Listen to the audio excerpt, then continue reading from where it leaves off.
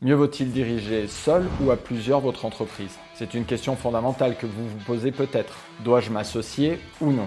On entend beaucoup de choses à ce sujet, surtout des devises qui disent tout est l'inverse, du genre mieux vaut être seul que mal accompagné, ou alors seul on va plus vite, à plusieurs on va plus loin. Tout ça ne vous aidant pas, nous allons donc dans cette vidéo faire le point des avantages et des inconvénients de chacune de ces situations pour vous permettre de prendre la bonne décision pour vous.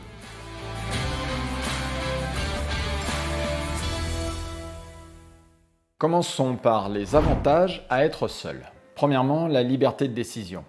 Étant le seul à posséder l'entreprise, vous avez le total contrôle de toutes les décisions prises à l'intérieur de celle-ci. Deuxièmement, la rapidité justement d'exécution et de décision dans l'entreprise. Vous n'avez à référer à personne, vous êtes le seul à décider, ce qui rend les choses le plus efficaces possible. Troisièmement, et non des moindres, la gestion des bénéfices.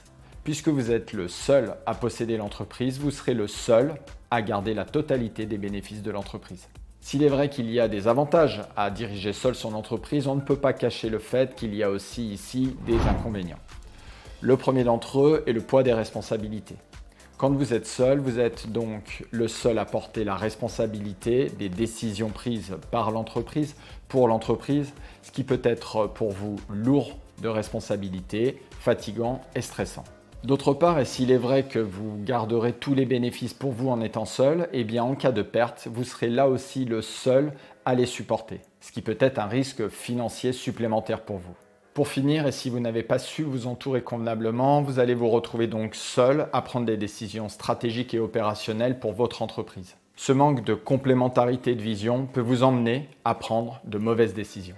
Continuons par voir ensemble les avantages à être associé. Le premier avantage évident, c'est la capacité financière, car à plusieurs, vous pourrez investir à plusieurs et bénéficier comme cela d'une meilleure capacité financière pour mener à bien vos projets présents et futurs. À plusieurs, vous pourrez partager les responsabilités, ce qui n'est pas rien dans la direction d'une entreprise, car parfois, certaines décisions et certaines obligations sont lourdes à porter seul. Être plusieurs, c'est aussi de ce fait apporter une complémentarité dans les visions, dans les compétences, ce qui peut être un plus dans la gestion de votre entreprise. Et puisque la vie d'un chef d'entreprise est faite de haut et de bas, l'avantage à être associé, c'est de pouvoir vivre les meilleurs comme les moins bons moments à plusieurs, en toute simplicité et en toute transparence. Poursuivons avec les inconvénients à être associés. Le premier d'entre eux est probablement le ralentissement du processus décisionnel de l'entreprise. Car diriger à plusieurs va vous imposer de vous réunir, de concerter, de trouver un accord pour pouvoir prendre les bonnes décisions. Deuxièmement, le partage des bénéfices, car à plusieurs, vous devrez partager les résultats positifs de l'entreprise, ce qui peut emmener à titre personnel un niveau de rentabilité moins intéressant à la direction de celle-ci. Mais croyez-moi sur parole, et malheureusement je parle d'expérience, le plus gros inconvénient à être associé, c'est d'avoir à gérer les désaccords et les conflits ouverts entre associés. Car cette guerre intestine est la plupart du temps fatale à l'entreprise. Alors après avoir vu tout ça, il ne se pose plus qu'une seule question, comment choisir si l'on doit s'associer ou non? La première des choses est de vous demander si vous avez toutes les connaissances et les compétences pour diriger votre entreprise. Si ce n'est pas le cas, posez-vous la question de savoir si vous voulez ou pouvez acquérir ces connaissances et ces compétences. Là encore, si ce n'est pas le cas, il se peut que vous ayez besoin d'un partenaire avec lequel vous associer pour mener votre projet. Un des points fondamentaux de l'association est de vous assurer qu'avec votre ou vos futurs associés, vous partagez bien les mêmes valeurs personnelles.